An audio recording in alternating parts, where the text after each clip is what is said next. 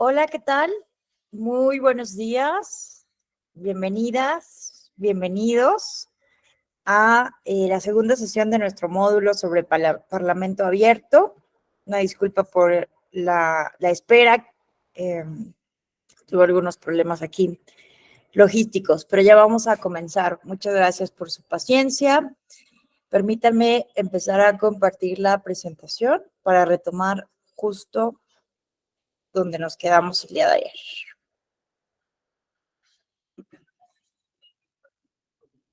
Bueno, ayer estuvimos hablando sobre qué es el Parlamento Abierto, cuál es la idea académica, por qué es una propuesta importante en el contexto de la crisis de la democracia representativa. Hicimos algunas reflexiones sobre el problema de esto, la importancia de la educación. Y bueno, hablamos de que realmente no es un concepto tan novedoso. Desde que surge la idea del Parlamento, han habido intentos históricamente de abrir las discusiones, los diarios de debates. Hay algunos referentes que nos mencionan Isa Luna Pla, Cambridge Puente, en Estados Unidos, en Inglaterra. También vimos cuáles son los pilares, pero ahora vamos a hablar del Parlamento Abierto ya concretamente en México. Hicimos algunas referencias al caso mexicano, a los problemas que tenemos que atravesar en México, pero vamos ya a enfocarlo a lo que nos dicen los estudios propiamente. Vamos a ver la transparencia en México, ha tenido una evolución importante también. Básicamente desde 2002 empiezan a aprobarse las leyes en materia de transparencia. En el año 2007 se hace una reforma al artículo 6 constitucional para enfatizar la importancia del derecho de acceso a la información de la ciudadanía. Y del año 2014-2016 vienen también todo este conjunto de reformas que buscan estandarizar el acceso a la información pública, y empieza a desarrollarse la Plataforma Nacional de Transparencia, que ha sido realmente un proceso complejo. Ahí yo quisiera compartir una reflexión. Si bien me parecen muy buenos los intentos, ¿no?, de homogeneizar de alguna manera el cumplimiento de lo que debe de esperarse de todas las oficinas públicas, me parece que también observamos, ¿no?, quienes de alguna manera tuvimos algo que ver en los procesos, ¿no?, de institucionalización de esta plataforma, o que nos tocó ver directa o indirectamente esto, pues sí observamos la complejidad. Entonces, es un reto todavía, ¿no? En fin, yo lo pongo sobre la mesa en el contexto, ¿no?, del federalismo, porque en teoría tenemos un federalismo. Entonces, bueno, muchas veces, ¿no?, queriendo centralizar, homogeneizar todo, pues también acarrea algunos problemas. Pero lo cierto es que las ventajas de todo esto ha sido que evidentemente, pues hay ya un esfuerzo coordinado, que eso es lo importante, un esfuerzo coordinado para exigir, para publicar información con ciertos parámetros, ¿no? Porque el problema es ese, que muchas veces se piensa que se cumple con las obligaciones presentando un cachito, ¿no?, de la información. Entonces, para esto sirven, ¿no?, los estándares de transparencia con la publicación de estas leyes generales y leyes federales. Bueno, vamos a hablar sobre la alianza por el gobierno, por el Parlamento Abierto. Miren que es un poco, ayer les comentaba, ¿no?, que existía dos estudios hechos justamente por la Alianza para el Parlamento Abierto, pero ¿qué es? Es una especie de encuentro de organizaciones de la sociedad civil, los órganos garantes de acceso a la información y protección de datos personales, las instituciones legislativas, cuyo objeto es lograr justamente que los 32 congresos locales y el Congreso de la Unión cumplan con los principios y acciones de un parlamento abierto. Entonces, déjenme modificar la pantalla para que vean la página. Denme un momento.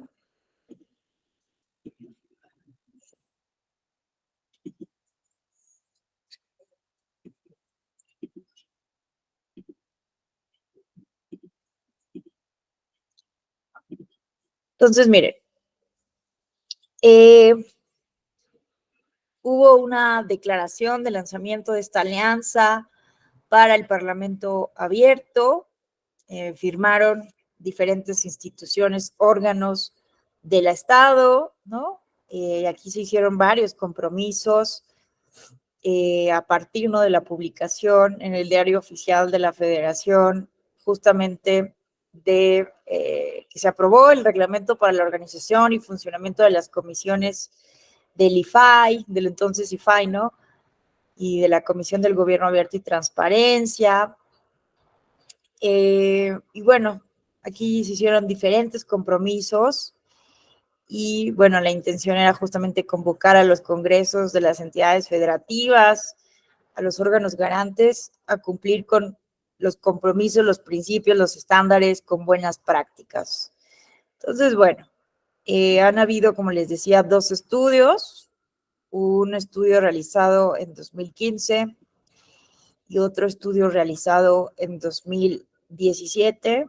Y la verdad es que está muy bien hecho esta página, porque aquí podemos encontrar pues la evaluación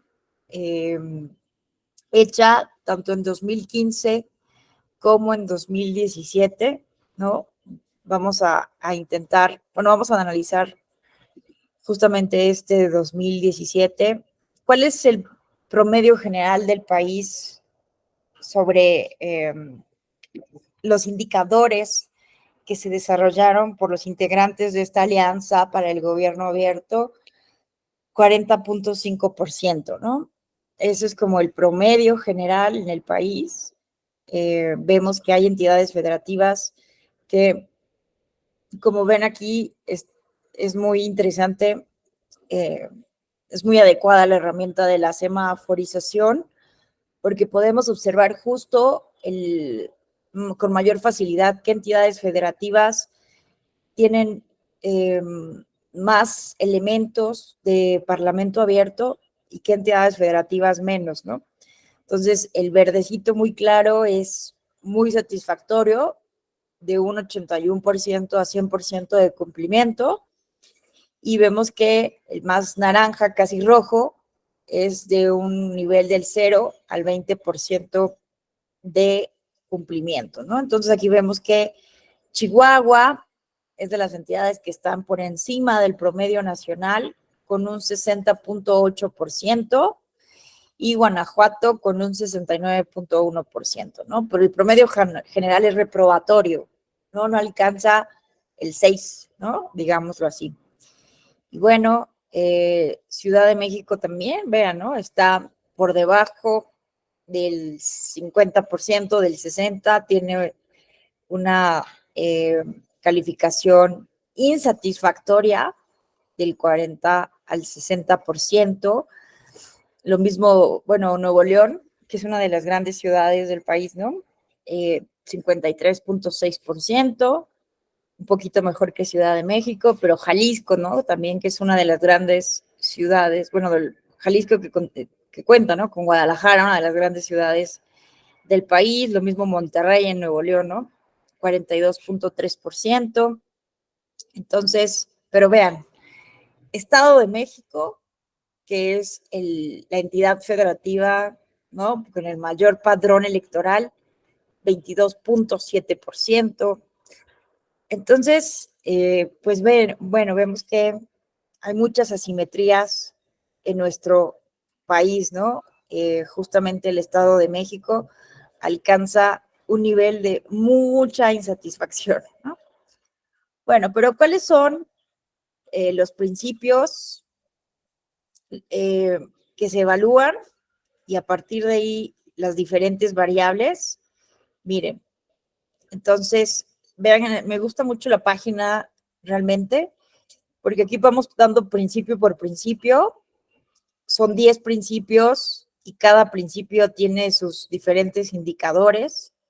Entonces, el primer principio es el derecho a la información, ¿no? ¿Qué se evalúa en todos los congresos estatales, en el Congreso de la Unión, sobre el derecho a la información? Si el cuerpo legislativo es sujeto obligado de la ley de acceso a la información correspondiente, si cuenta el cuerpo legislativo con procedimientos para que los ciudadanos hagan solicitudes de información, o sea, vean que esto es lo básico, ¿no? Por eso, pues vemos, ¿no? Aquí, por ejemplo, un verdecito muy satisfactorio, es lo básico, básico, ¿no? Cuenta el cuerpo legislativo con mecanismos para que los ciudadanos hagan solicitudes de información, como Infomex. El cuerpo legislativo cuenta con una oficina para atender la ciudadanía en temas de acceso a la información, una unidad de enlace, la dirección de la oficina de enlace para atender a la ciudadanía en temas de acceso a la información se publica en el sitio web de la institución legislativa. Entonces vean que esto es algo básico, ¿no? Información presupuestaria. Vean que aquí ya vienen los problemas a nivel del país, ¿no? Vean que aquí ya no hay un nivel muy satisfactorio de cumplimiento. ¿Qué se evalúa sobre la información presupuestal?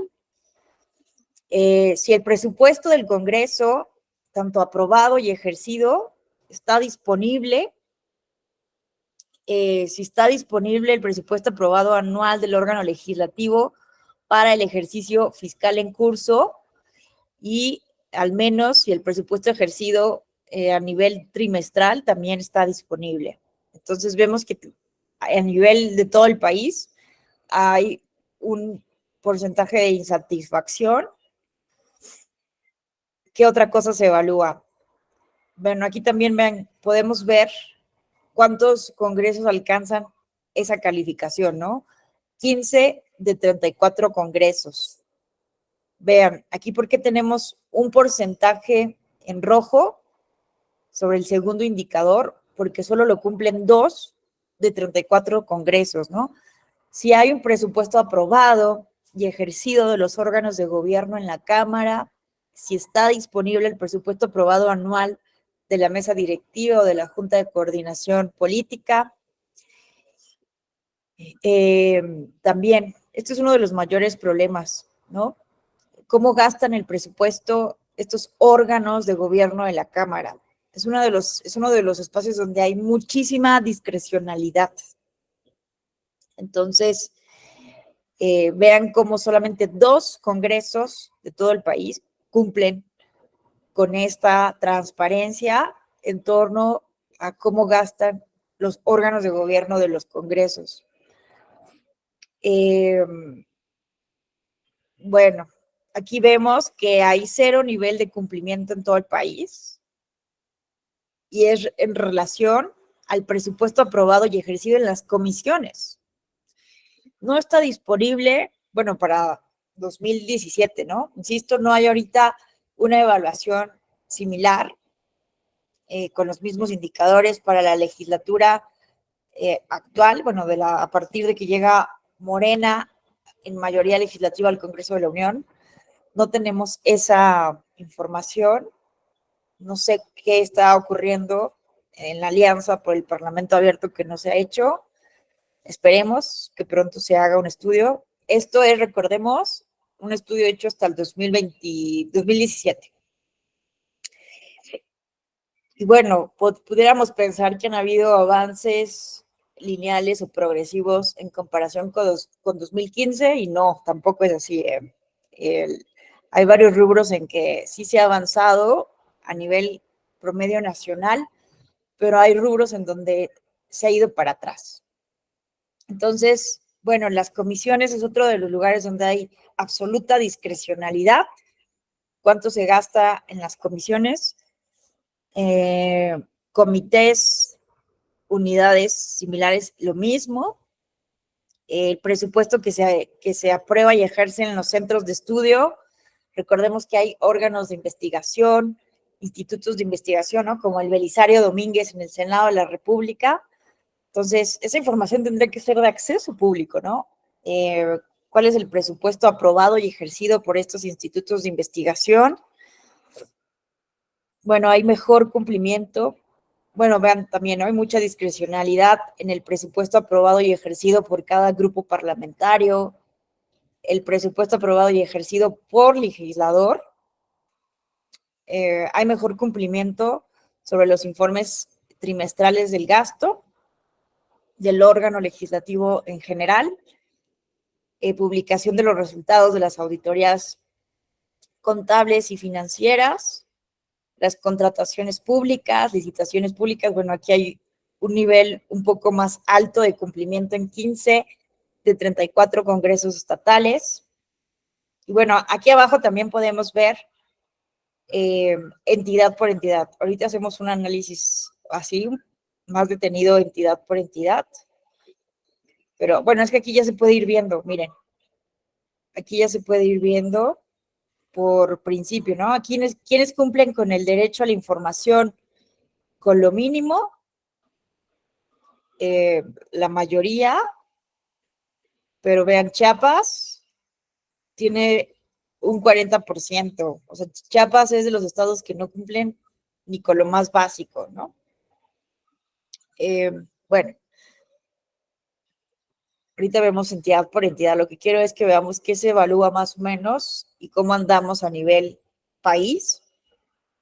Datos abiertos y software libre también es de las cuestiones que más incumplimiento hay, que más insatisfacción genera. Miren, no hay datos abiertos ni el aprovechamiento de esta información, ¿no? Para software de formato libre.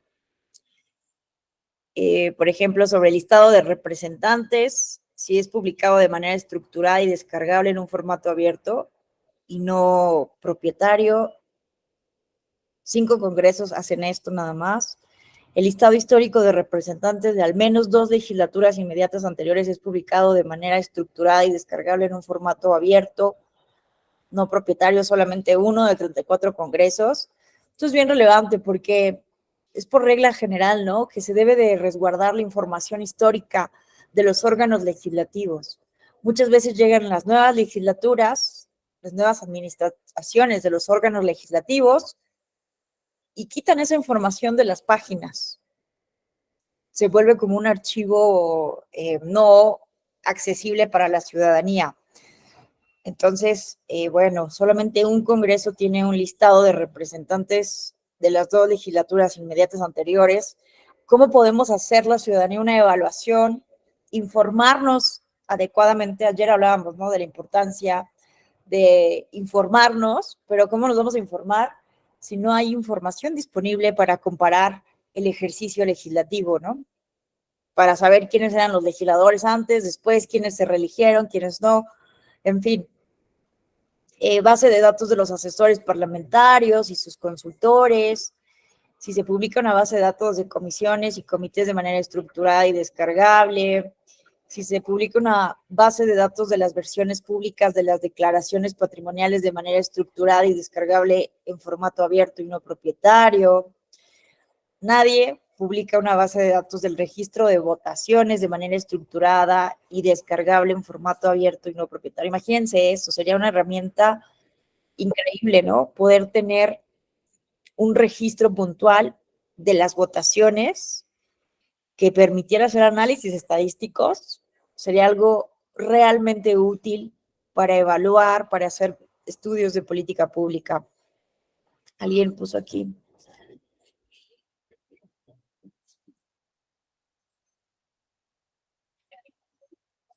Sí, efectivamente, ¿no? Entonces, miren,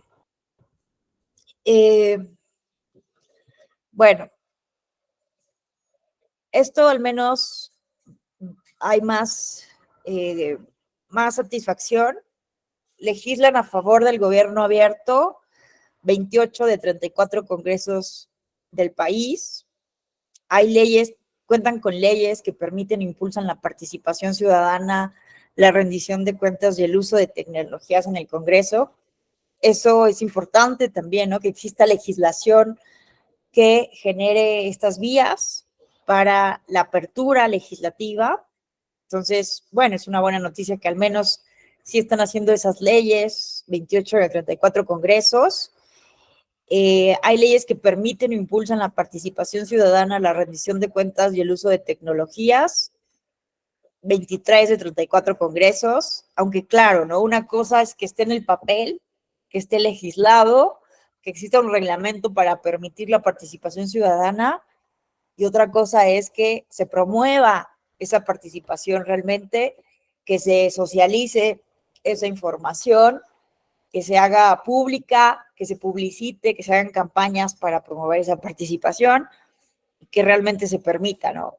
Y bueno, cuando se llevan a cabo, insisto, estos ejercicios de parlamento abierto, pues no basta, desafortunadamente, decir que tenemos un foro de parlamento abierto. Como les decía, el ejemplo más claro en la materia que nos ocupa, pues es el parlamento abierto que se hizo, los ejercicios de foros de consulta sobre la reforma electoral, que al final del día, pues no se hizo caso a las voces de expertos. La mayoría estábamos, bueno, yo no fui invitada a ningún foro, ¿cierto? Pero la mayoría de los que fueron estaban en contra, ¿no? De la mayoría de los cambios que se proponían en el famoso plan A, plan B. En fin, bueno, el plan B, pues ni siquiera hubo tiempo de estudiarlo, se aprobó un día, ¿no? Entonces, este famoso plan A, en fin. Luego, 15 de 34 congresos estatales promueven y participan en acciones que promueven agenda de parlamento abierto en los ámbitos legislativos y municipales. Bueno, entonces, vamos a ver el eje que resulta crucial, que es la participación ciudadana y la rendición de cuentas, y vemos que pues, es bastante heterogéneo la medición de estas variables, ¿no? Entonces, mire, bueno, si hay registro en la página web de las votaciones en el Pleno, si se registra en la página web las votaciones de las comisiones, es que esto tiene que ver no solamente con participar, sino también con la rendición de cuentas, ¿no? Son dos ejes que están aquí unidos, por eso es estos indicadores, ¿no?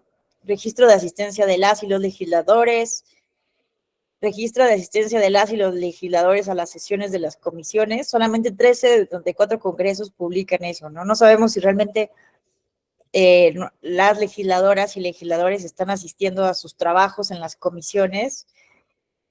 Para poder saberlo, tendríamos que hacer la mayoría de los congresos una solicitud de acceso a la información. Vean, esto es de lo más importante. Existen mecanismos de contacto directo con los representantes de su distrito o entidad federativa, oficina de enlace, módulo itinerante o reuniones con la comunidad. Me parece que, como ayer lo decíamos, ¿no? Esto es el núcleo del Parlamento abierto, que existe esta comunicación doble vía. Esto es algo que se enfatiza mucho en la literatura sobre el Parlamento abierto. Y vean que alcanza un promedio muy insatisfactorio de entre 21 a 40%. Solo 8 congresos en el país tienen mecanismos de contacto directo con los representantes a nivel distrital o a nivel entidad federativa. Entonces, ahorita vamos a ver buenas prácticas a nivel internacional, qué se puede hacer, porque podríamos pensar, no, es que es imposible, es utópico, a la gente no le interesa, no participa, aunque pongamos las cuentas de correo, el WhatsApp de los legisladores. Vamos a ver que sí hay casos de éxito y que sí hay participación ciudadana cuando se hacen bien las cosas, cuando se hace con pedagogía pública, cuando se hace con voluntad política, cuando se hace con ética. Se pueden hacer bien las cosas y sí hay buenas prácticas en el mundo, y no solamente en Europa, que además creo que sí hay un mito, ¿no? De que los europeos tienen mayor interés en los asuntos públicos. No realmente, ¿no? No, también en América Latina, ¿no? Sobre todo les traigo casos de América Latina, de Brasil, de Argentina, de Colombia. Entonces, bueno, pero hay muchos casos a nivel mundial. Existen, miren, se pone a disposición del ciudadano una plataforma web con mecanismos de interacción en 2 vías en tiempo real con los ciudadanos y el Congreso, alguna herramienta de e-democracia. Bueno, esto tiene que ver más con lo que les mencionaba, ¿no? Solamente 2 congresos de 34 cumplen con esto, ¿no? Ahorita llegamos a ver quiénes son. ¿Qué vamos ahora? Vamos ahora con la página web permite al ciudadano identificar al legislador con una herramienta a partir de un código postal, sección electoral, solamente 9 de 34 congresos. Existe teléfono de contacto, bueno, eso es lo básico, si hay en 29 de 34 congresos. Existen mecanismos de participación ciudadana en el proceso de elaboración, miren, esto es, ¿no? Lo que les decía. Existen mecanismos, sí, de participación ciudadana en el proceso de elaboración, discusión o aprobación de procesos legislativos. Sí, efectivamente, en 28 de 34 congresos, pero insisto, ¿qué tanto se llevan a cabo de manera integral, o sea, de manera real? ¿Qué tantos ejercicios son reales para consultar, para dialogar, para tomar en cuenta realmente la opinión ciudadana, la opinión de expertos, expertas? Ahí me parece que es el mayor déficit, ¿no? De ahí la importancia, evidentemente, de que siempre este tipo de investigaciones no sean solamente a nivel cuantitativa, ¿no? Es por eso la importancia de los métodos mixtos de investigación en las ciencias sociales, que hagamos también un análisis cualitativo, ¿no? Porque si solamente decimos esto, bueno, es que en 28 de 34 congresos del país existen mecanismos de participación, entonces México va muy bien con el concepto de parlamento abierto. Híjole, ¿no? Tendríamos que ver qué tanto o qué tan bien se hacen estos procesos. Bueno, existen mecanismos de participación ciudadana en la fase de análisis, discusión y aprobación del presupuesto de egresos. Ahí es otra historia. Solamente 6 de 34 congresos tienen estos mecanismos de participación. Si está regulada la figura de la consulta popular, en donde se incluyen referéndums o plebiscitos, 31 de 34 congresos, eso es algo bueno, pero bueno, ya ustedes, me imagino, han visto ya en sus clases anteriores, ¿no? Cuáles son los problemas en torno a la consulta popular, que bueno, todas y todos fuimos testigos de los problemas que todavía tenemos a nivel federal, ¿no? De la consulta popular. Tuvimos un único ejercicio a nivel federal y bueno, en las entidades federativas también hay muchos problemas. Entonces, bueno, sí está regulado en 31 de 34 congresos, pero habría que justamente revisar. Como diría Janina Welp es una de las expositoras más importantes sobre mecanismos de participación. Ella es académica, justamente imagínense, ¿no? De la Universidad de Suiza, de Zurich. Entonces, ella evidentemente, pues tiene muy clara cómo desarrollan los suizos, las suizas, los mecanismos de democracia directa, y ella es la especialista de las más relevantes que hay, es politóloga a nivel mundial. Me parece que es argentina, Janina Welp. Y bueno, les recomiendo seguirla. Tiene Twitter y bueno, ahí pueden acceder a sus investigaciones. Pero tiene varias obras y ella, por ejemplo, dice, el diablo está en los detalles, ¿no? También tiene otra frase en alguno de sus libros. La dosis hace el veneno, ¿no? Entonces, en América Latina se ha observado mucho esto, ¿no? Que los mecanismos de participación ciudadana, las consultas populares, los referéndums, los plebiscitos, la revocación de mandato, tienen efectos muchas veces colaterales, consecuencias negativas, porque están mal diseñados, ¿no? Desde, aunque esté legislado, se introduzca la ley, pues muchas veces se hace de arriba hacia abajo los mecanismos y justamente se hace así, pensando en legitimar decisiones previamente tomadas, ¿no? Entonces, bueno, ya hay casos muy documentados, ¿no? Venezuela, Bolivia, pero vale la pena leer. Pero a lo que quería ir con esto es, en la dosis está el veneno, ¿no? Entonces, si no regulamos bien estos mecanismos, justamente puede ser contraproducente. Entonces, hay que saber, hay que diseñar bien estos mecanismos de consulta popular y referéndum. Muy interesante, la verdad, todo esto. Este diplomado me parece como muy interesante. Qué bueno que ustedes se animaron a tomarlo. Al final también espero que nos hagan retroalimentación. El doctor Vado es el coordinador de este diplomado, pero para que nos hagan llegar retroalimentación y que podamos mejorarlo, porque siempre hay áreas de oportunidad. Y bueno, pues bueno, entonces vemos que estos son los problemas, ¿no? En torno a la participación ciudadana. Aquí hay otras variables, información sobre legisladores y servidores públicos, accesibilidad y difusión. Vean, ¿no? La página del Congreso contiene la dirección de las oficinas y el teléfono. Sí, 34, todos los estados cumplen con esto. La página del Congreso tiene un apartado en el que se mencionan los requisitos para que la ciudadanía acceda a las sesiones del Pleno. Muy pocos, 8 de 34.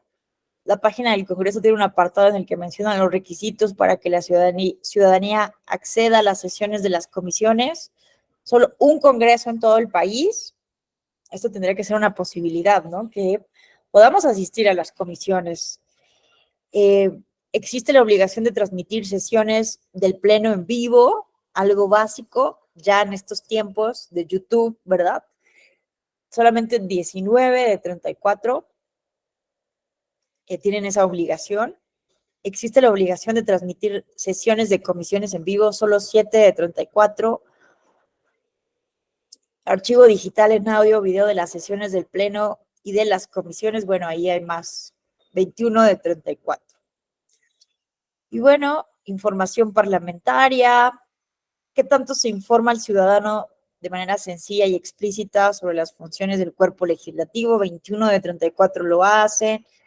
¿Qué tanto se explica de manera pedagógica, ¿no? El proceso legislativo? 11 de 34 congresos. Si hay un listado completo de las y los representantes, bueno, es algo básico y hay un congreso que no lo hace. ¿Qué tanto el cuerpo legislativo publica en su página de internet al menos 2 cuentas oficiales de redes sociales? Solo 25 de 34. Si se difunde el orden del día en su página, 19. Bueno, entonces sería muy largo hablar de todos los indicadores, nos llevaríamos todo el tiempo, pero miren, ¿no? ¿Dónde hay problema? No se publica una lista de todos los documentos que reciben en el ejercicio de sus funciones, no se publican las convocatorias de las comisiones, solamente lo hacen 11 de 34 congresos, tampoco hay versión estenográfica de los debates de las comisiones, o sea, esto es gravísimo, no sabemos si realmente, por ejemplo, la comisión, ¿no? De justicia o la comisión de reforma a la Constitución, realmente evaluaron, revisaron, ¿no? Las reformas más relevantes, más importantes. Entonces, no sabemos realmente qué pasa en esas comisiones. Si quisiéramos enterarnos, si realmente hay un trabajo ahí legislativo, con técnica legislativa, o si simplemente es un trámite para aprobar una reforma, una iniciativa que tiene el visto bueno del gobernador, gobernadora, del presidente de la República, ¿no? O sea, todos estos detalles, ¿no? Como dice Janina Well, el diablo está en los detalles. Versión estenográfica de los debates de las comisiones, eso es lo que no tenemos. Incluso los debates en el Pleno, la versión estenográfica, solo 17 de 34 congresos las tienen, en fin. Bueno, la información histórica, lo que les decía, en la página del órgano legislativo se encuentra información de al menos la legislatura inmediata anterior, solamente 21 de 34 congresos. Y bueno, también vean esto, ¿no? En materia de conflictos de interés, hay nulo básicamente cumplimiento. Entonces, ¿existe alguna disposición que regule el cabildeo? Solamente 7 de 34 congresos. Es muy interesante porque todavía el cabildeo como que es un tema tabú, ¿no? Se piensa que es algo inmoral o ilegal y no realmente, es lo que hacen todo el tiempo, ¿no? Los legisladores, negociar, cabildear, y hay cabilderos profesionales, ¿no? Entonces, es un gran déficit que tenemos en el país. Tendríamos que hacer esto más transparente, más abierto y más bien que existiera una regulación clara, ¿no? Entonces existe, solamente 7 congresos tienen una disposición que regula el cabildeo. Se publica el registro de actividades de cabildeo con nombres, fechas y asuntos de acuerdos. 0, ningún congreso lo hace. Existe una disposición que establece la obligación del legislador de presentar una declaración de intereses a la legislatura, solo 10 de 34 congresos. Existe un registro público actualizado de las declaraciones de interés realizadas por los legisladores y legisladoras de la legislatura en curso, 0 de 34 congresos. ¿Existe alguna disposición que establece la obligación del legislador de excusarse de participar en procesos parlamentarios en los que tenga un potencial conflicto de interés? 26 de 34 congresos. Se publica la lista de los casos de conflicto de interés surgidos en la legislatura y presentados ante la mesa directiva. Solamente un congreso de 34. Existe un código de ética y conducta para los funcionarios y legisladores del cuerpo legislativo. Solo 5 de 34 congresos. Y bueno, básicamente, bueno, eso es básicamente lo que se evalúa por cada uno de los principios. Podemos ver nada más así muy general, ¿no? Por ejemplo, derecho a la información, ya vimos que Chiapas es el que tiene menor cumplimiento. Bueno, lo podemos ver así también, ¿no? Lo podemos ver por principio o así por entidad, ¿no? Entonces vamos a ver la Cámara de Diputados. La Cámara, bueno, esto es Aguascalientes. Bueno, vamos con la Cámara de Diputados primero. Sobre todo la Cámara de Diputados presenta problemas respecto a la información presupuestal y administrativa. Y vean, sobre los datos abiertos y software libre, como que todavía esta cultura de los datos abiertos no la tenemos muy interiorizada en México. Ahorita les enseño el caso de Brasil, que simplemente a mí me voló la cabeza el esfuerzo que se hizo por parte del Tribunal Superior Electoral en 2022. Tiene digitalizada toda su justicia electoral y eso permite tener estadísticas, datos abiertos muy buenos. Ahorita les enseño ese caso, también de su parlamento, porque estamos hablando de parlamento abierto, de su Congreso, pero sí, en México todavía no tenemos muy arraigada esta cultura de los datos abiertos y el software libre, que nos ayudaría muchísimo realmente a hacer análisis estadísticos, ¿no? Y política pública, muchas cosas. Entonces realmente es todavía un camino que nos falta recorrer. Vamos a ver, por ejemplo, ahora el Senado de la República tiene un poco más, ¿no? 18% sobre datos abiertos y software libre, pero vemos que es parecido, ¿no? Miren, aquí también lo podemos ver así. por variables. Está bien bonita realmente la página de la Alianza por el Parlamento Abierto, ¿no? Porque podemos verlo desde diferentes perspectivas, el cumplimiento. Entonces aquí vemos por también los colores, ¿no? Nos ayudan más o menos a tener una idea general del resultado. Vean, esta es la Cámara de Diputados. Tiene vacío todas estas variables, ¿no? Vean. O sea, vamos a ver, por ejemplo, la variable relacionada con la participación ciudadana y la rendición de cuentas, que es el 2. Entonces, no tiene registro en la página web de las votaciones de las comisiones, la Cámara de Diputados. No tiene un registro de asistencia de las y los legisladores a las sesiones de las comisiones. Ya no se ve aquí. No, es que nada más. No, ya no se ve. Qué chafa. Miren esto, yo que estaba aquí hablándoles muy bien de esta página, pero no se ven todas las variables aquí.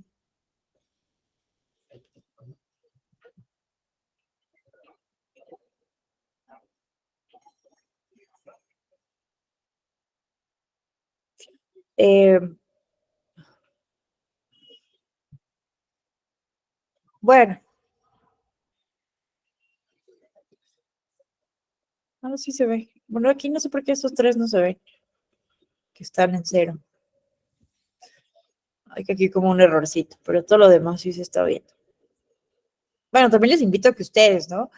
Igual quieren hacer un análisis de su entidad federativa o más riguroso sobre la Cámara de Diputaciones, el Senado, aquí lo pueden también. Vamos a ver ahora. Bueno, aquí también podemos hacer un análisis comparativo, ¿no? O sea, vean este 2017, vamos a ver 2015. Hay más focos rojos que en 2017 sí, ¿no? Entonces, aquí se puede hacer ese análisis, cómo van cambiando la semaforización. Realmente sería muy interesante ver qué pasa con la legislatura actual, ¿no? Pero bueno, habrá que esperar a que se haga ese estudio. ¿Qué más? Bueno, y básicamente acá podemos ver entidades federativas, ¿no? Aquí vemos la semaforización de Aguascalientes. Rápidamente veamos qué colores predominan más. Vámonos por orden: Baja California Sur. Ve, sobre todo nos podemos enfocar, ¿no? En la participación ciudadana y la rendición de cuentas. Aquí es amarillo, Baja California Sur, Campeche. Campeche tiene más color naranja y rojo. Estado de Chiapas. Chihuahua, vean, Chihuahua es de los estados que decíamos está por encima del promedio nacional y bueno, tiene un 36% de cumplimiento en datos abiertos y software libre. Y también vean que tiene un 69% en relación con la participación ciudadana y la rendición de cuentas. Sería muy interesante estudiar, ¿no? Justamente el caso de Chihuahua, muy particular, que lo han llevado al Congreso de Chihuahua a sobresalir incluso sobre la Cámara de Diputaciones y el Senado de la República, como un Congreso abierto. Aquí está el caso de Coahuila, Colima, aquí está la Cámara de Diputaciones, la Asamblea Legislativa de la Ciudad de México, que tiene, hay que decir, sí se resalta en temas de participación ciudadana y rendición de cuentas. Caso Durango, Guanajuato, vean, también decíamos que Guanajuato sobresalta a nivel nacional, no tiene ningún rojo, ningún naranja, aunque sí tiene 0 en datos abiertos y software libre, pero también habría que analizar, ¿no? Porque el Congreso, la legislatura de Guanajuato en 2017 tiene este nivel de cumplimiento. Y vean que si hay un avance, ¿no? O sea, vean, comparado Guanajuato con 2015, bueno, no, este es Aguascalientes, 2015, pero Guanajuato. Sí vemos un avance, ¿no? También. ¿Cuáles son los avances? No, es una herramienta magnífica realmente podríamos estar aquí todo el día viendo, haciendo estudios, dependiendo de nuestros temas de interés, ¿no? Bueno, no estábamos en Guanajuato, pero estamos en 2017, sí. Guerrero, se ve con muchos rojos, naranjas. Hidalgo, 0 en información histórica, 0 en datos abiertos. Jalisco, 0 en datos abiertos, software libre. El Estado de México, miren, de los peores evaluados. Participación ciudadana, 23%. Información histórica, 0. O sea, el Estado de México, decíamos que solo había un congreso que no tenía la información histórica, y es el Congreso del Estado de México. Michoacán, Morelos, Nayarit, Nuevo León, Oaxaca, ¿no? Miren, Oaxaca, que es una de las entidades federativas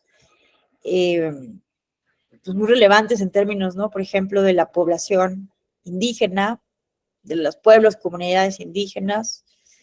Y bueno, vemos aquí que la participación ciudadana es muy baja.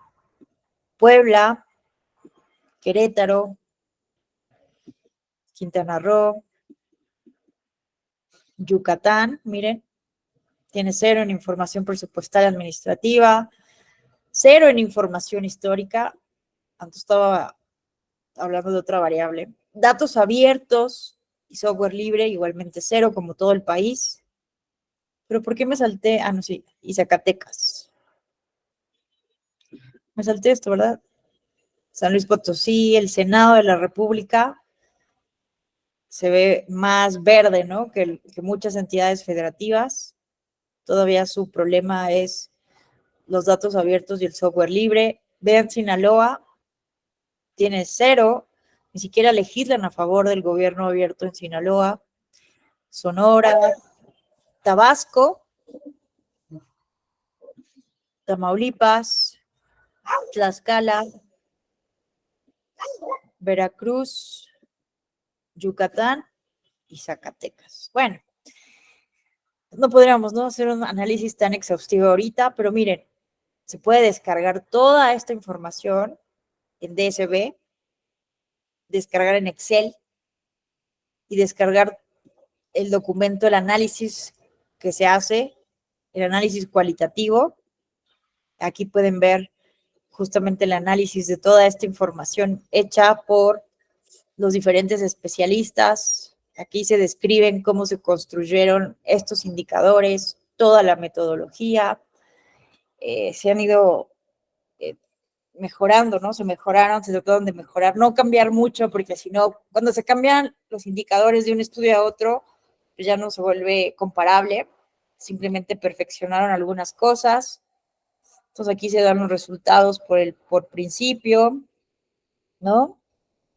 Aquí vemos que justamente el derecho a la información es lo que más se cumple y los datos abiertos es lo que menos se cumple. Miren, esto también está relevante porque aquí hacen el comparativo sobre los resultados generales por principio entre el primero y el segundo diagnóstico. En algunos casos hay progresión, pero en algunos hay regresión. Aquí vemos que sobre derecho a la información hay aumento, también sobre participación ciudadana y rendición de cuentas, pero por ejemplo aquí en materia de información presupuestal y administrativa hay retroceso en relación a 2015-2017. Lo mismo aquí, aunque muy poquito, ¿no? Un punto porcentual en información sobre legisladores y servidores. Aquí hay un avance relevante del 5%, ¿no?, en datos abiertos, que es lo peor evaluado en todo el país. Aquí también vemos una regresión importante en materia de accesibilidad y difusión. Y bueno, aquí hay un aumento porcentual muy relevante sobre la legislación a favor del gobierno abierto. Bueno, entonces también les invito a ver, miren, aquí está interesante. Bueno, esto ya lo vimos. Pero les invito a que analicen esta información,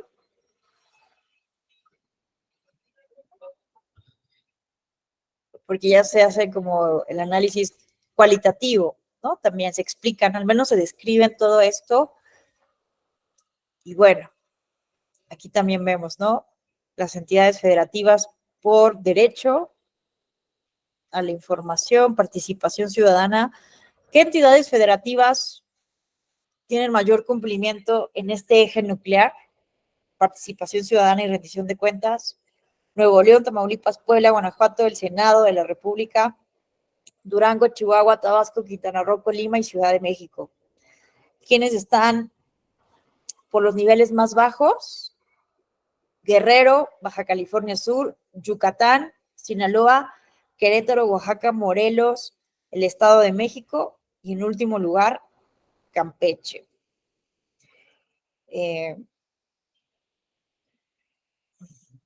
Bueno, la información. Miren, aquí son los que no cumplen con lo básico de la información histórica. Me confundí, no sé por qué pensé que hace rato que era un solo congreso, pero aquí tenemos, ¿no? Yucatán, Tlaxcala, Tabasco, Sinaloa, Querétaro, Morelos, México, Hidalgo, Colima, Campeche, Baja California Sur, Baja California y Aguascalientes. Software abiertos, datos abiertos y software libre. Vean que Coahuila es el que tiene más desarrollo en la materia, seguido por Chihuahua, Ciudad de México, Tamaulipas, el Senado de la República, Querétaro, Oaxaca, Colima y Campeche. Vemos que el Senado sí sobresale, ¿no? En comparación con la Cámara de Diputaciones. El Senado tiene una mejor evaluación, ¿no? Accesibilidad y difusión. Sonora, Sinaloa, el Senado, Quintana Roo, Morelos, Hidalgo, Guanajuato, Chihuahua y la Cámara de Diputaciones. Bueno, esto también no es muy fácil legislar a favor del gobierno abierto, pero bueno, vemos que en los rubros más delicados, más espinosos, ahí sí no cumplen tanto. Pero bueno, quienes ni siquiera han legislado para 2017 eran Zacatecas, Yucatán, Sinaloa, Colima y Campeche. Y bueno, también viene un trabajo monográfico por cada entidad federativa.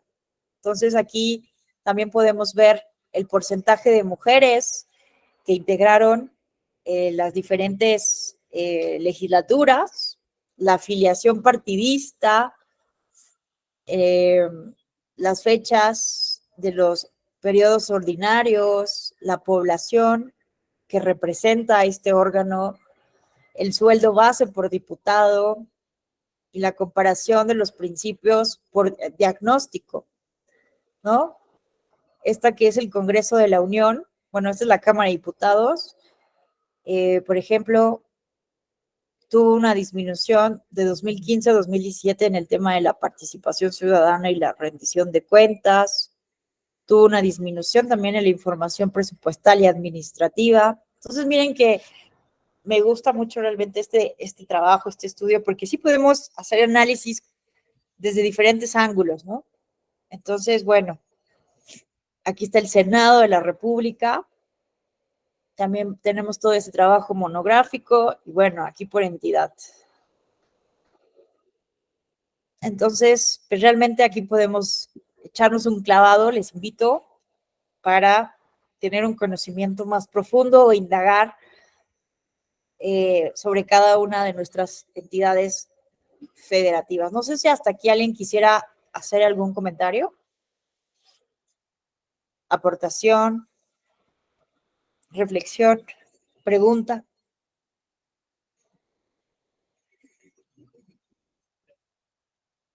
Bueno, parece que vamos bien.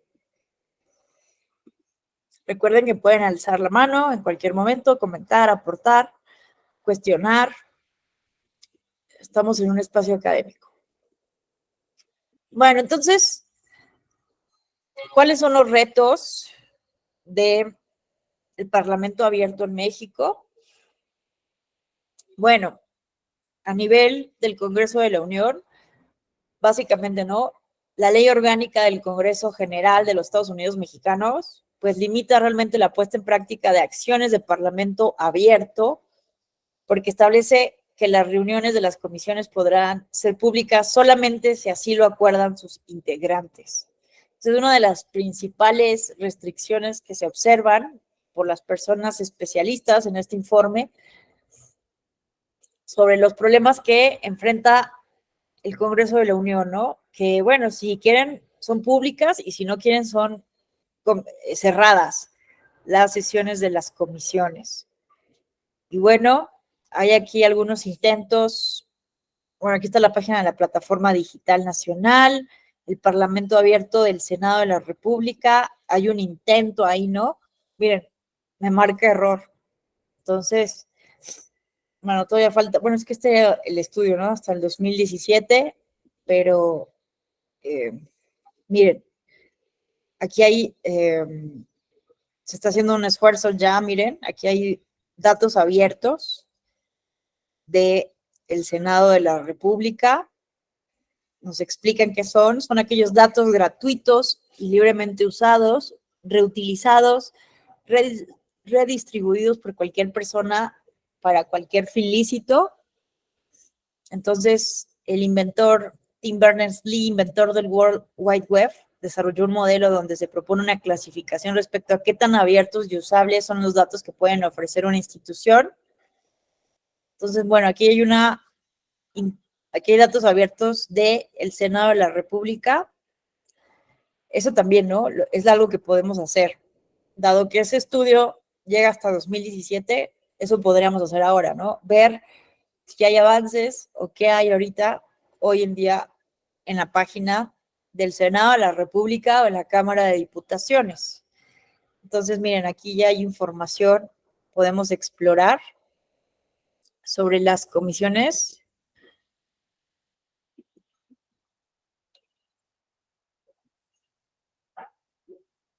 Miren, aquí al menos ya se baja así, ¿no? Que aquí aquí ya tenemos el listado. Bueno, esto sí es algo importante. Eso no lo había visto antes realmente. Miren, el listado de las y los senadores, sus correos electrónicos, sus páginas de Facebook. Miren, su dirección.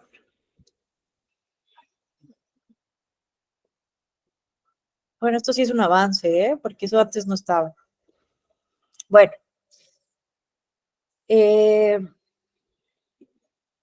aquí les pongo algunos links. También hay un intento de, miren, ya no sirven esos links. El Observatorio Legislativo de la Ciudad de México. Es que eso también es un tema, ¿eh? Fíjense que muchas veces lo podemos ver en muchos mecanismos de participación ciudadana. Sobre todo estoy pensando en el tema del cabildo abierto o del parlamento abierto, que puede variar mucho los esfuerzos que se hacen de una legislatura a otra, de un gobierno a otro. ¿Por qué? Porque muchas veces los esfuerzos que se hacen por parte de una legislatura se abandonan porque era un partido político diferente el que dominaba, el que gobernaba, y eso es lo desafortunado, que hay veces que sí hay muy buenas prácticas que se implementan a nivel municipal, a nivel estatal o a nivel Congreso de la Unión. Ah, no, eso lo vamos a abandonar porque era la administración anterior. Y eso es triste porque muchos esfuerzos muy buenos se abandonan. Entonces, bueno, eso también es una realidad del país. ¿No? Que todos quieren diferenciarse de lo que hicieron las administraciones, las legislaturas anteriores, dependiendo, ¿no? Si era el mismo partido político o no. A nivel de los congresos estatales, bueno, también aquí hay un estudio relevante. Ay, no es el mismo. Perdónenme. Estoy confundida.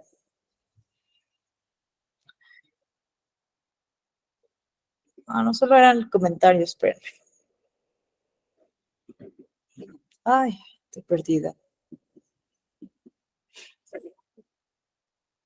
Más bien aquí estaba poniendo como algunas conclusiones, pero vámonos acá. ¿Cuáles son las recomendaciones puntuales, tanto a nivel de los congresos locales como del Congreso de la Unión?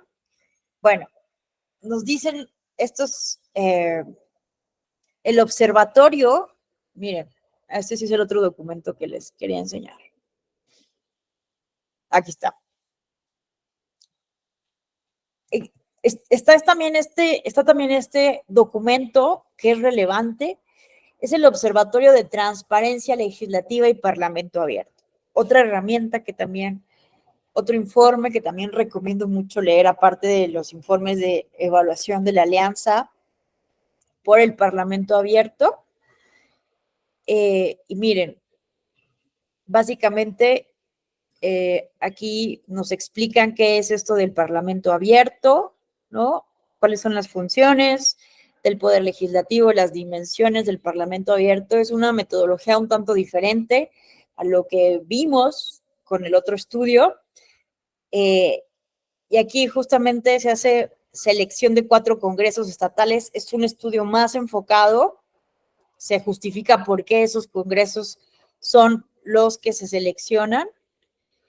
Y bueno, es como una investigación mucho más cualitativa, ¿no? Porque abarca, no es tanto cuantitativo para verlo de manera global, sino que se estudian casos concretos, por ejemplo, experiencias de Parlamento Abierto en el estado de Jalisco, que son buenas prácticas. Se estudia el caso, por ejemplo, de la designación de los comisionados ciudadanos del Instituto de Transparencia, Información Pública y Protección de Datos Personales en el estado de Jalisco. Y el segundo caso de análisis, la discusión y aprobación de la ley del sistema anticorrupción del estado de Jalisco. Entonces, que fueron intentos justamente de Parlamento Abierto y se analiza qué tan bien, qué tan mal funcionaron. Entonces, está muy interesante, también les recomiendo esto, leerlo a profundidad. Aquí también se selecciona experiencias de Parlamento Abierto en el estado de Nuevo León, también sobre la conformación del sistema estatal anticorrupción, la discusión y aprobación de la ley de participación ciudadana, que sería una ironía, ¿no? No consultar a la ciudadanía para crear la ley de participación ciudadana, experiencias del caso de Puebla, la aprobación de la ley de transparencia y acceso a la información pública del estado de Puebla, la integración de la comisión de selección del Comité Estatal de Participación Ciudadana del Sistema Estatal Anticorrupción de Puebla, y el último congreso que evalúan es el estado de Yucatán. El proceso de selección del fiscal general del estado, muy interesante, y la reforma a la ley de transporte de Yucatán en materia de transporte de pasajeros contratado a través de plataformas tecnológicas. Entonces, vámonos a las recomendaciones generales de este estudio, de este observatorio. Básicamente lo que dicen los especialistas que hacen este observatorio es que se debe avanzar hacia la plena institucionalización de una política de transparencia legislativa en la que se propicie la participación efectiva de los actores externos. Son buenos esfuerzos, pero se debe propiciar su institucionalización, porque muchas veces son, pues, pocas veces está regulado y muchas veces son improvisaciones. Lo que nos parece bien o lo que nos parecería que en un momento dado sí es consultar o permitir la participación. Entonces, fortalecer el canal del Congreso para que cuente con suficiente equipo técnico y personal para realizar la cobertura y transmisión de actividades de las cámaras del Congreso, transparentar los documentos a los que hacen referencia los senadores integrantes de las comisiones de sus participaciones. Esto es muy importante. Incluir a la sociedad civil en el monitoreo externo a la actividad parlamentaria mediante la realización de convenios de colaboración con el fin de que los reportes públicos gocen de legitimidad como resultado de las contralorías sociales. Entonces, esto es una recomendación magnífica, que sean convenios de colaboración que te obliguen, ¿no?, a ser abierto que te motiven más a ese escrutinio de quienes también tienen buenas metodologías para observar la tarea legislativa. Mejorar la estrategia de comunicación parlamentaria mediante la cual habrá de difundirse la intensa actividad del Senado, generar plataformas de comunicación que sirvan como puente entre ciudadanos y legisladores, que esto todavía no hay en nuestro país. Y ahorita les voy a enseñar las buenas prácticas. Establecer un repositorio público de los insumos que reciben las comisiones y legisladores por parte de los cabilderos, personas de interés, con el objetivo de participar o influir en el proceso legislativo, mayor transparencia en las negociaciones en los cabilderos, incluir en los dictámenes aprobados por las comisiones las contribuciones de la sociedad civil, que también es relevante, ¿no? Para que se sientan también incluidas. Esto pocas veces ocurre, ¿no? En fin, entonces, bueno, son estas herramientas.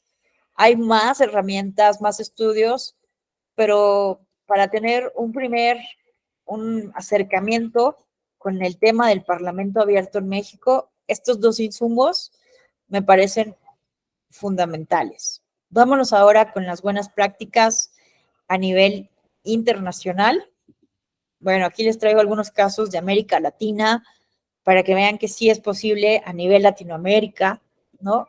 Tenemos el caso de Brasil, que Brasil y su concepto de e-democracia comienza básicamente desde 2009 como un proyecto piloto impulsado por la Cámara de Diputaciones.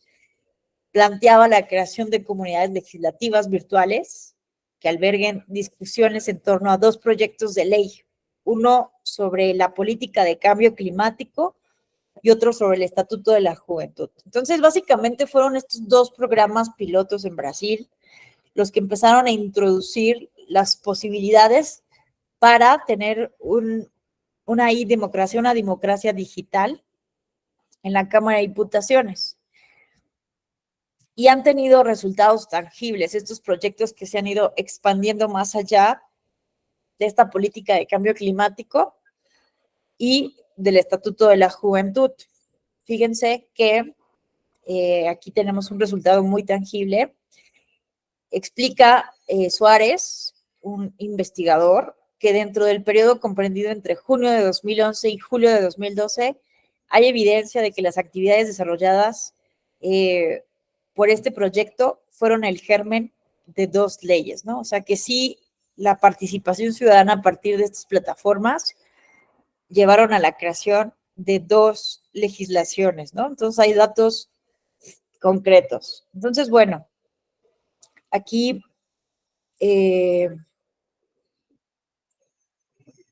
miren, aquí les voy a poner esta página.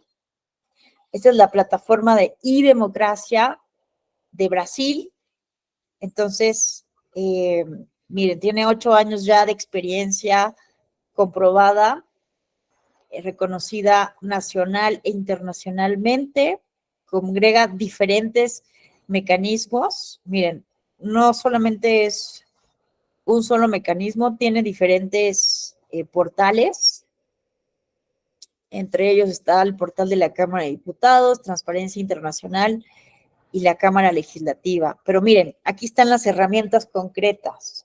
Esto está realmente muy padre, porque vean, yo sobre todo he observado el trabajo de Wikileaks.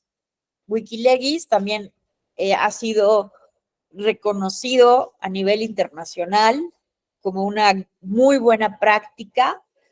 Entonces, es como Wikipedia, ¿no? ¿Qué permite Wikipedia? Una edición colaborativa del conocimiento, ¿no?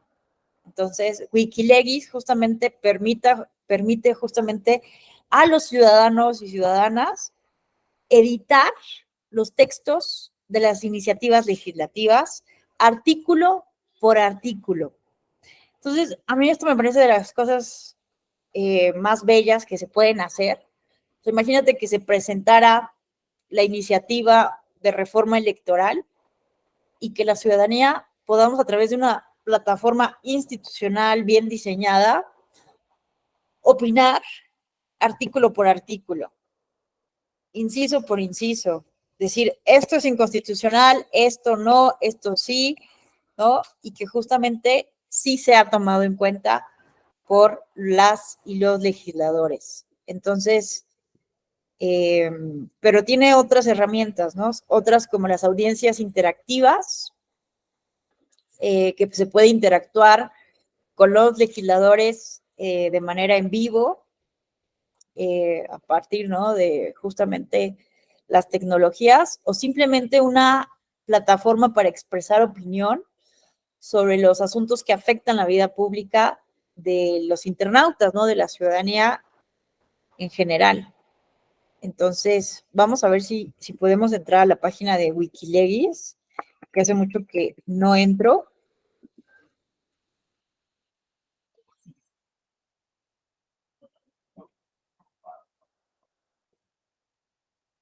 Miren, aquí nos ponen que también primer hackathon.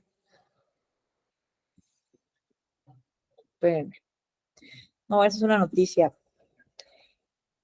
Pero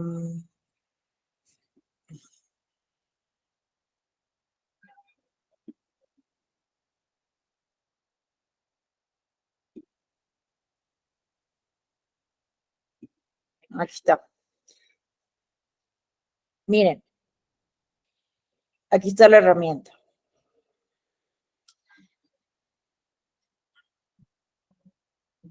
Déjenme recordar por dónde entré.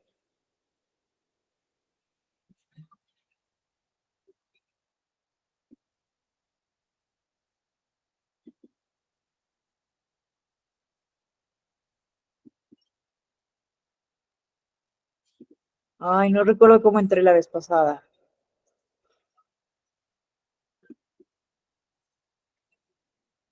No, me va a quedar mal. Bueno, no sé cómo entrar, sí, pero así puedes ver una edición de las diferentes. Ah,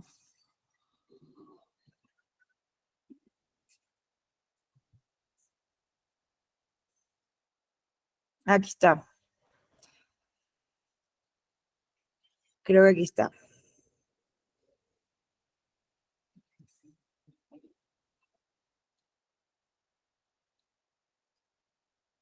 Ah, no, esto es de datos abiertos.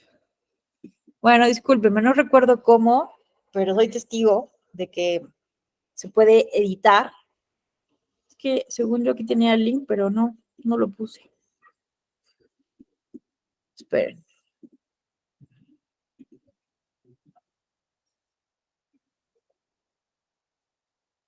Bueno, si les interesa, aquí viene la guía de usuario para que no eh, perdamos más el tiempo y puedan entrar. A ver, incluso aquí hay trabajos académicos sobre estas herramientas. Bueno, pero vean, antes de pasar a otro caso de otro país, les quiero enseñar. Miren, aquí, hasta lo tengo guardado en favoritos en mi computadora, porque justo me tocó hacer como observadora interna, como observadora de la OEA un informe sobre la justicia electoral de Brasil. Entonces, realmente fue un ejercicio que me pareció sumamente complejo y sumamente interesante. No solamente porque, evidentemente, el reto del lenguaje, su servidora no habla portugués, entonces lo leo, pero no lo hablo. Entonces fue complicado, pero más allá de eso, ¿cuál es el problema de Brasil? Vean, en México hemos dicho muchas veces, ¿no? Que nuestra ley general del sistema de medios de impugnación en materia electoral, que es nuestra ley procesal, tiene muchos medios de impugnación. Y una de las cosas que sí se aplaudían del plan B es que reducía, simplificaba los medios de impugnación. Al juicio electoral básicamente le introducían todos el JDC, el JRC, etcétera, ¿no? Todo se englobaba en un juicio electoral. Pero bueno, en mi opinión, estamos en la gloria comparados justamente con el caso brasileño. Este es el portal del Tribunal Superior Electoral de Brasil, que tiene 90 años de historia, ¿no? Nuestro Tribunal Electoral del Poder Judicial de la Federación tiene 25 años. Tenemos 25 años de justicia electoral, de criterios y líneas jurisprudenciales. El caso de Brasil es de 90 años, obviamente interrumpido por las dos dictaduras, sus periodos de dictadura que tuvieron. Pero es algo relevante esos años, ¿no? Porque sí se ha creado muchísima legislación y el problema con Brasil, insisto, es que tienen una gran dispersión normativa. ¿Y cuántos medios de impugnación, bueno, cuántas clases procesales en la justicia electoral se imaginan que pueda tener Brasil? Miren, les quiero enseñar esto.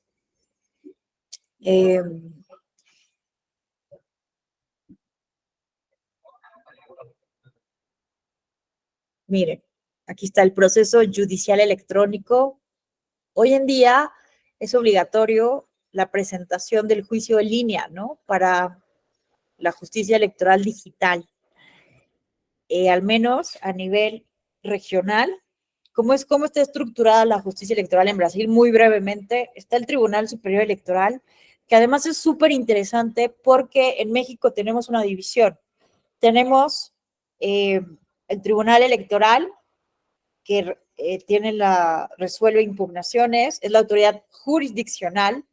El Instituto Nacional Electoral, que es una autoridad administrativa, organiza los procesos electorales, y tenemos una autoridad penal electoral. Son tres grandes instituciones que llevan procesos, responsabilidades diferentes. En Brasil todo lo hace el Tribunal Superior Electoral, todo lo hace este tribunal.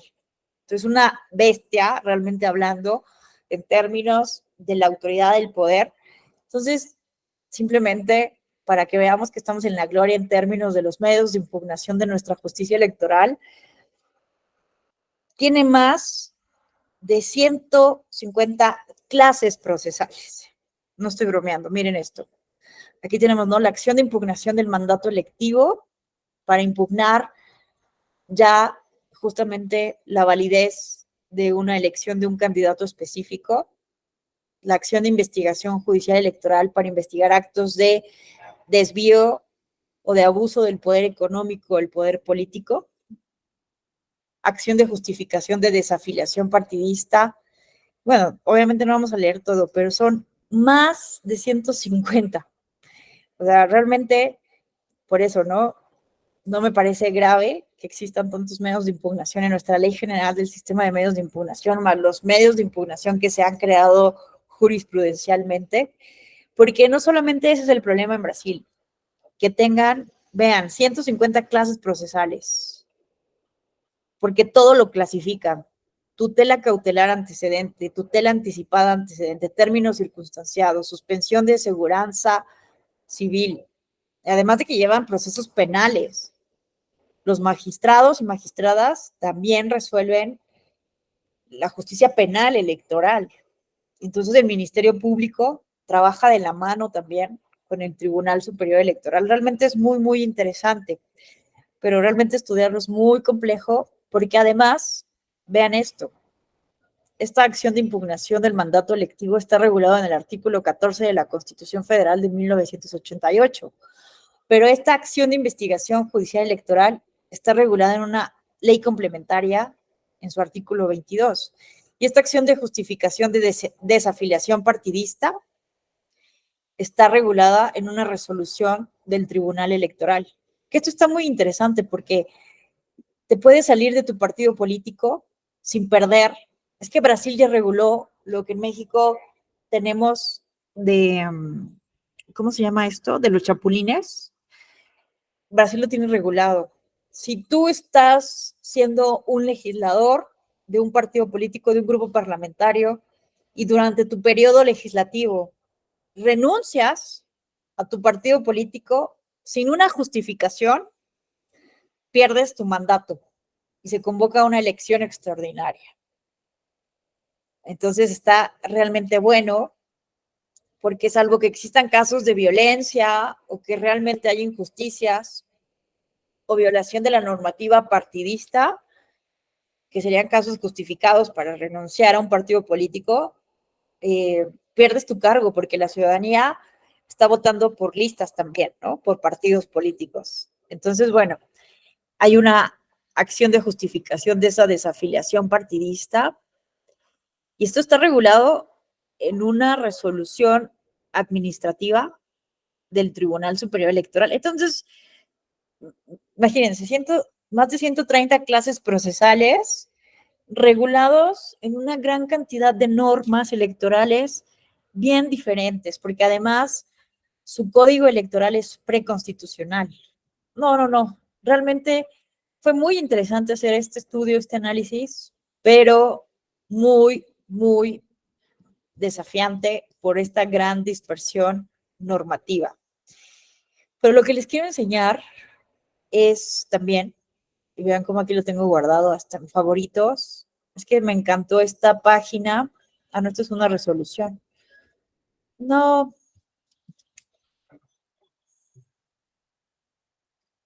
no, esperen. Acá está.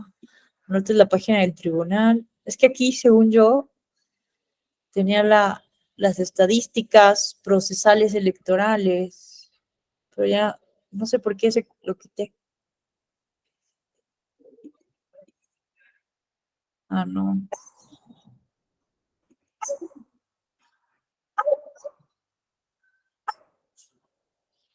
No, perdón, ténganme un poco de paciencia. Miren, eh,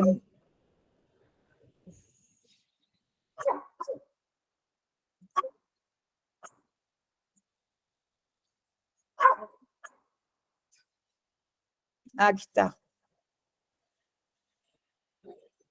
está, aquí lo tengo. Miren, son las estadísticas procesales. Lo bueno es que a partir de 2022 se implementó una política de digitalización para crear justamente estadísticas procesales electorales. De todas esas 150 clases procesales que les mencioné, tienen estadísticas a partir de 2022. Entonces, miren, podemos, o sea, vean, permite un análisis muy interesante de todos los medios de impugnación, porque no solamente puedes ver, que también lo podemos hacer en México, ¿no? Cuántos JRC, cuántos JDC se presentan, que hoy sabemos que el JDC es la figura más presentada en México, sino que podemos también saber y descargar en formato de datos abiertos, cruzar información, en qué ciudades se impugna más, eh, en cuáles, qué tipo de decisión, en cuáles se desechó, en cuáles se dio una resolución favorable. Y miren, también permite esto, ¿no? Hay los procesos que están concluidos, los que están en proceso de decisión, los que están en pausa, los procesos que tienen recurso hoy en día. Pero vean, realmente sí el problema de Brasil es que no es una justicia realmente pronta y expedita, como el caso mexicano. Hoy el juicio electoral en línea en México se resuelve en un promedio de 12 días en México. Bueno, tampoco es comparable, no podemos comparar peras con manzanas, porque en Brasil, insisto, se resuelven, y aquí las estadísticas incluyen los procesos penales. Los procesos penales llevan más tiempo, pero el promedio de días es de 302 días para la justicia electoral brasileña. Pero bueno, ya me estoy desviando del tema, pero lo que quiero que vean es que se puede hacer cruzamiento de información.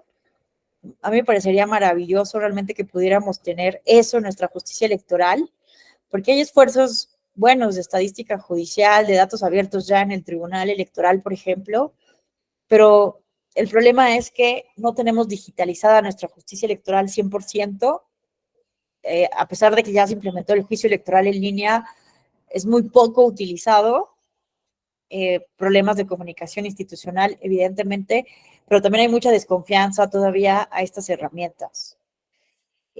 Muchos litigantes con los que he platicado prefieren seguir presentándolo en papel para tener seguridad de que se está tramitando, de que se presentó.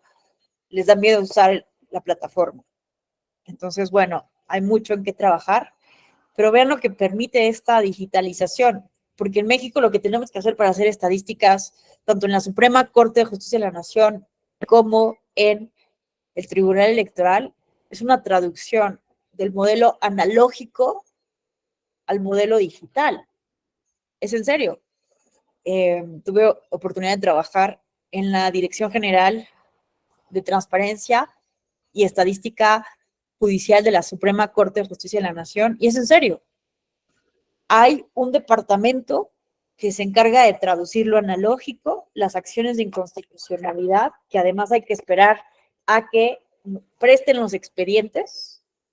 Una vez que se resuelven, se prestan los expedientes y ahí van las personas con sus expedientes de las oficinas del edificio principal del Pleno de la Suprema Corte a las oficinas administrativas de la Suprema Corte, que es ¿qué calle era? No me acuerdo, perdón. Y entonces, hay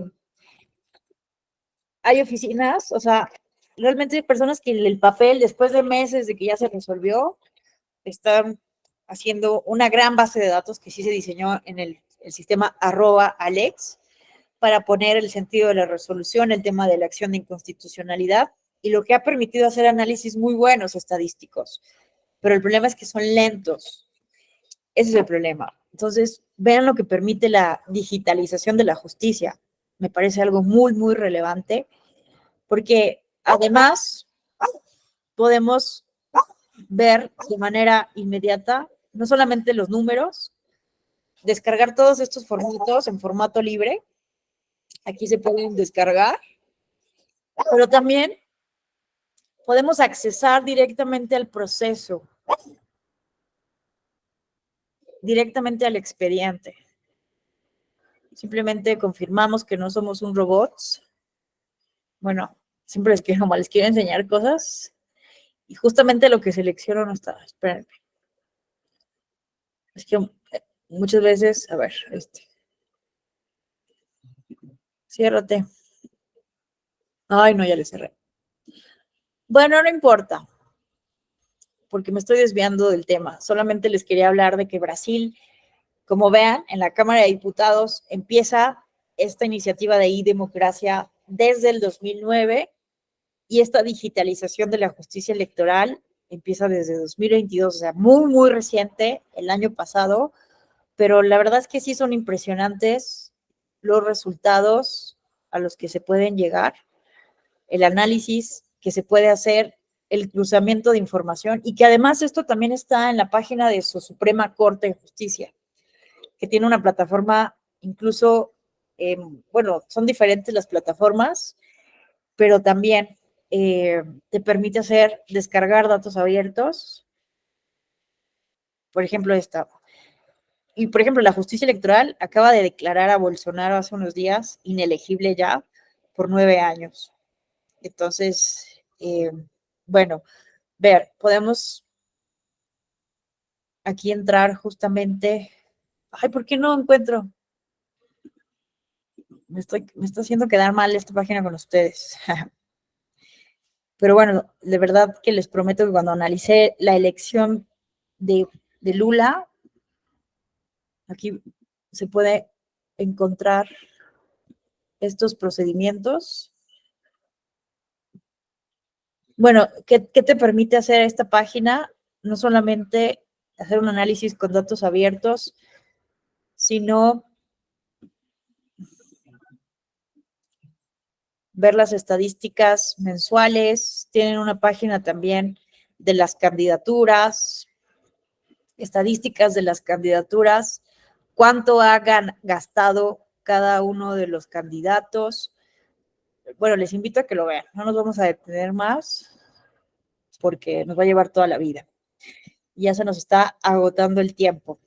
Pero bueno, Brasil está teniendo ahorita muy buenas prácticas en la materia y es un país más grande que México, con una cantidad de 150 millones de electores, con una gran cantidad también de pobreza y brecha digital, que muchas veces decimos, no, es que en México tenemos una gran brecha digital, no podemos implementar la digitalización, sería un error.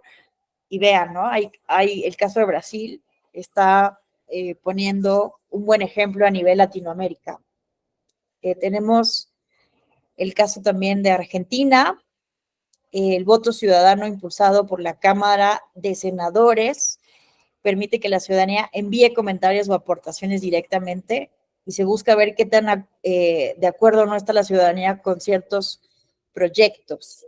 Entonces aquí les voy a compartir esta presentación. Aquí les pongo varios links de este proyecto del voto ciudadano en el Senado de Argentina, que también esto me gustó mucho, ¿eh?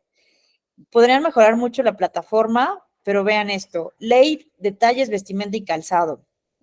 Se describe la ley, se describe el proyecto de iniciativa y miren, tú puedes votar por esta ley, voto positivo o voto negativo, y aquí ven los resultados, ¿no? Bueno, tienen, aquí por ejemplo, vean, el 62.65% de quienes participaron están de acuerdo con esta iniciativa que establece,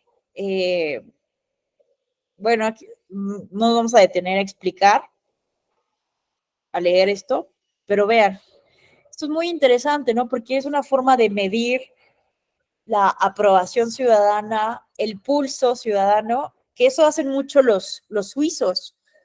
Cuando presentan proyectos de referéndums, que todo el tiempo están lanzando referéndums, lo que hacen los suizos, no todos estos ejercicios de participación ciudadana tienen vinculación, ¿no? Son vinculantes. Muchas veces lo hacen nada más con el propósito de sentir, de conocer cuál es el pulso ciudadano a partir de estos procesos de referéndum y a partir de conocer el sentir ciudadano porque se activa inmediatamente el debate público, que eso es algo muy importante. Por ejemplo, cuando fue el tema de la consulta popular en México, se cuestionó mucho, ¿no? Es que ¿para qué va a servir? No va a servir de nada. Muchas veces estamos pensando en los efectos, los efectos inmediatos o materiales, los resultados tangibles. Y muchas veces eso no permite los mecanismos de participación ciudadana. A veces lo valioso de los mecanismos es el debate que se genera. Empieza a activarse la dialéctica de la conversación pública. Entonces, eso hacen mucho los suizos. Eso es realmente importantísimo para que los legisladores puedan conocer cómo está la opinión pública, el sentir ciudadano sobre temas muy relevantes, muy polémicos, y a partir de saber ese sentir público, legislar de una manera específica. Entonces, ayuda al proceso legislativo también. Entonces, no es un desperdicio en términos de la pedagogía pública que se puede generar una consulta popular, aunque no tenga resultados obligatorios, vinculantes. Ojo ahí, ¿no? Me parece relevante pensar en ello. Bueno, ese es el caso de Argentina. Ayer también hablábamos del partido de la Red y de Pia Mancini, que están también innovando muchísimo. Les invito también a que busquen la página del partido de la Red en Argentina. Se nos está acabando el tiempo. Nada más les enseño esta página del partido de la Red para que vean lo que está haciendo los argentinos. Ay, porque siempre me fallan las páginas que les quiero enseñar. Bueno, estamos viendo entonces que todavía hay problemas, ¿no? Pero bueno, este es el partido de la Red en Argentina, que como les decía, busca ser una plataforma para que pueda decidir la ciudadana de manera directa Entonces, aquí ponen toda la información para realmente hacer vinculante la opinión de la ciudadanía en los legisladores de este partido de la red. Entonces es un concepto muy interesante, ¿no? Porque ellos se comprometen, sus estatutos lo contienen, de hacer obligatorios sus votaciones conforme al sentir ciudadano a partir de estas plataformas tecnológicas. Entonces, invito a que lo vean, a que lo revisen. Y yo creo que aquí me detengo. Les voy a compartir la presentación para que también vean buenas prácticas que hay aquí en Colombia, que también tiene una aplicación específica del Senado de la República que permite un diálogo mucho más directo con la ciudadanía. Y también en Chile está esta plataforma del senador virtual que brinda a la ciudadanía la posibilidad de conocer algunos de los principales proyectos de ley que se encuentran en estudio y pronunciarse sobre ellos. Yo de verdad no entiendo cómo en México no tenemos ya una herramienta así. De verdad me lo pregunto siempre que abordo estos temas aquí en la Escuela Judicial Electoral. En fin, bueno, más bien aquí abrimos los micrófonos por si alguien quisiera hacer algún comentario, pregunta, reflexión, aportación. Adelante. Perdón, aquí estoy leyendo sus comentarios. ¿Qué tal, estimado Víctor? Te escuchamos. Gracias, maestra. Muy buenos días. También a mis compañeras, compañeros, buenos días. Bueno, pues me declaro en este tema terriblemente desconocedor, aunque algunas cosas someramente sabía de ellas. Con esta clase didáctica que usted nos comparte, pues me doy cuenta de que culturalmente hablando, pues como sociedad, en lo individual y como sociedad, pues nos falta mucho. Si entendemos que, pues como cultura, pues es aquel conjunto de conocimientos, ¿no? De especialidades que de una manera u otra, pues nos vamos poniendo encima después de que vamos moderándonos con por otra parte, creo que también vale la pena decir que este tipo de situaciones, por la forma de gobierno o por el tipo de gobierno o por las dispraxias del gobierno, históricamente hablando, pues su opacidad en la que se maneja, pues claramente esto no es un ideal, no es una forma o un ideal cumplido pues, por lo mismo, ¿no? Esa opacidad creo que les beneficia aún, y es en donde, claro que entonces la crítica de todos, tendría que ir en contrasentido. Pero es aquí donde, como son datos, desafortunadamente cuando manejamos datos, y no tenemos esa habilidad de manejar datos, y lo digo en el mejor sentido técnico de la palabra. Eso es lo que a veces a lo mejor nos da para atrás, ¿no? Pero bueno, aquí yo asumo mi responsabilidad de poder tener un poquito más de bagaje sobre esto y bueno, darle continuidad, porque de una manera u otra, pues sí, aquellas y aquellos que seguimos estudiando y que nos declaramos estudiantes de tiempos completos, yo creo que esto no es un tema que podemos dejar a un lado. ¿Sería cuánto, maestra? Muchas gracias. Excelente día. Muchas gracias, estimado Víctor, por tu reflexión. Todas y todos tendríamos que ir profundizando más, ¿no?, en estos temas para fortalecer estos esfuerzos de democracia abierta, justicia abierta, parlamento abierto. Y sí, la verdad es que sí, todas y todos, pues también mejorar nuestra expertise técnica en el manejo de datos abiertos, ¿no? Como investigadores sociales, que muchas veces puede ser simplemente para estar informados, o muchas veces podríamos, ¿no?, incluso hacer investigaciones o aportaciones, pero creo que es relevante si exigimos como ciudadanos, ciudadanas, exigimos mejorar la calidad de la representación de nuestras legisladores y legisladoras. ¿Qué tal, Luis Fernando? Te escuchamos. Buen día. Buenos días, maestra Tello. Aquí, como sí, yo conozco de tecnologías, literalmente nacimos con la tablet y la compu bajo el brazo, pues sí, efectivamente. Como que Brasil y Chile están en un buen avance tecnológico en cuanto a la información pública. en las sentencias, justicia electoral digital, y como lo dice usted, maestra, nos falta mucho por hacer, nos falta mucho por consultar, muchos softwares libres, efectivamente. Lo que los países tienen de más, nosotros carecemos. Y sí, y efectivamente, los actuales legisladores, yo lo digo como con el corazón en la mano, como decimos aquí en el pueblo, a calzón quitado, que desafortunadamente no se está llevando a cabo una inversión a la tecnología, porque ellos piensan que el papel y todo es lo mejor, pero no saben el riesgo del medio ambiente que utilicemos papel. Y sí, deben de mejorar mucho las páginas de todos los tribunales judiciales, todas las jurisdicciones legislativas, en cuanto a los congresos, en cuanto a las senadurías, en cuanto a las diputaciones locales y ayuntamientos. Debemos de ser muy conscientes de que aunque la brecha digital se esté cerrando poco a poco y como nos mencionó ayer los datos de que el 20% de las personas tienen problemas o no tienen ni siquiera un módem o un dispositivo celular, tenemos que ser también muy conscientes de que la tecnología, a pesar de que lejos de pasarla tanto tiempo en el teléfono y viendo YouTube y Netflix como quiera en sus casas, la tecnología debe de revolucionar mucho nuestra forma de checar cada sentencia, pues sí, cada acción, cada presupuesto.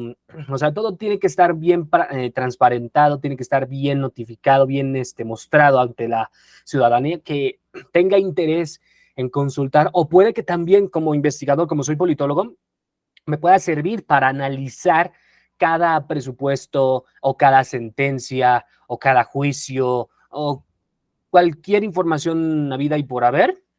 Eso es lo que debemos de checar muy a conciencia, y bien lo dice el refrán, es renovarse o morir. Y sí, hay que renovarnos en todo sentido con lo de la tecnología.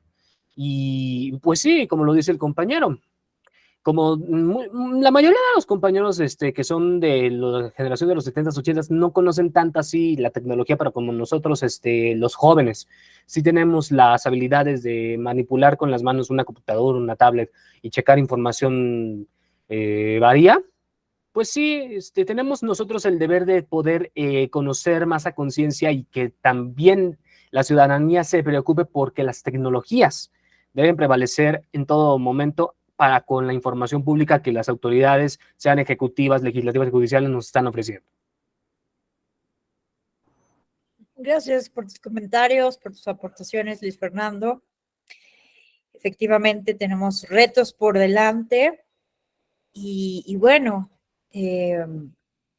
con esto, bueno, no sé si alguien más quisiera comentar algo, preguntar algo, pero con esto cerramos nuestro módulo de Parlamento abierto. Víctor Hugo, te escuchamos. Sí, únicamente para reforzar y un poquito retomando las ideas de mi compañero Luis. Bueno, yo considero que, bueno, y aquí me voy a basar en la onceava tesis de Feuerbach, ¿no? Y reza de la siguiente manera. Y si los filósofos no han hecho más que interpretar de diverso modo el mundo, pero de lo que se trata es de transformarlo. Eso es lo que nos toca a nosotros, a nosotras, ¿no? Transformarlo. Y la crítica, antes de hacerla hacia afuera, yo considero la tengo que hacer primero conmigo. Sin duda, aunque tengamos una formación en tal o cual materia, pues la límite es esa. El límite también es el sesgo de la forma en la que nos hemos educado.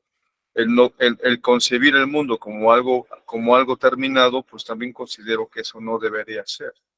El ideal de alguien que se piensa en un mundo disperso o diferente, como la tesis de Feuerbach, pues entonces estaríamos viviendo en un imaginario fuera de este contexto, ¿no? La realidad es cruda y hay que enfrentarla. ¿Cómo? Pues con actitud. Y esa actitud no las damos como ciudadanas y ciudadanos. Asumirnos responsabilidades como ciudadanas y ciudadanos, yo creo que sería una forma de transformar nuestro mundo para poder impactar hacia afuera. ¿Será cuánto? Gracias a los dos. Me parece que sus comentarios contribuyen, ¿verdad?, a las reflexiones, a la tarea que tenemos como ciudadanas, ciudadanos, pero también como abogadas, abogados o politólogas, científicos sociales. Entonces, bueno, lo relevante aquí es en todo este diplomado ir abriendo brecha. Desde ayer, ¿no? Lo decíamos con el tema de la utopía, no quedarnos con ese conformismo o caer en un cinismo, sino seguir abriendo camino y bueno, ojalá pronto en México podamos hacer esfuerzos importantes para aprovechar la tecnología y potenciar los derechos políticos, ¿no?, de la ciudadanía mexicana. Les agradezco enormemente su atención, su paciencia. Gracias a Inés, que fue nuestro soporte técnico. Muchas gracias. Les deseo que terminen con mucho éxito este diplomado y pues nos estaremos viendo en otras actividades académicas de esta Escuela Judicial Electoral. Que tengan un excelente día. Excelente día, hasta luego. Muchas gracias, maestra maestra. Tello. Que Gracias tenga a buen día. ustedes. Buen día.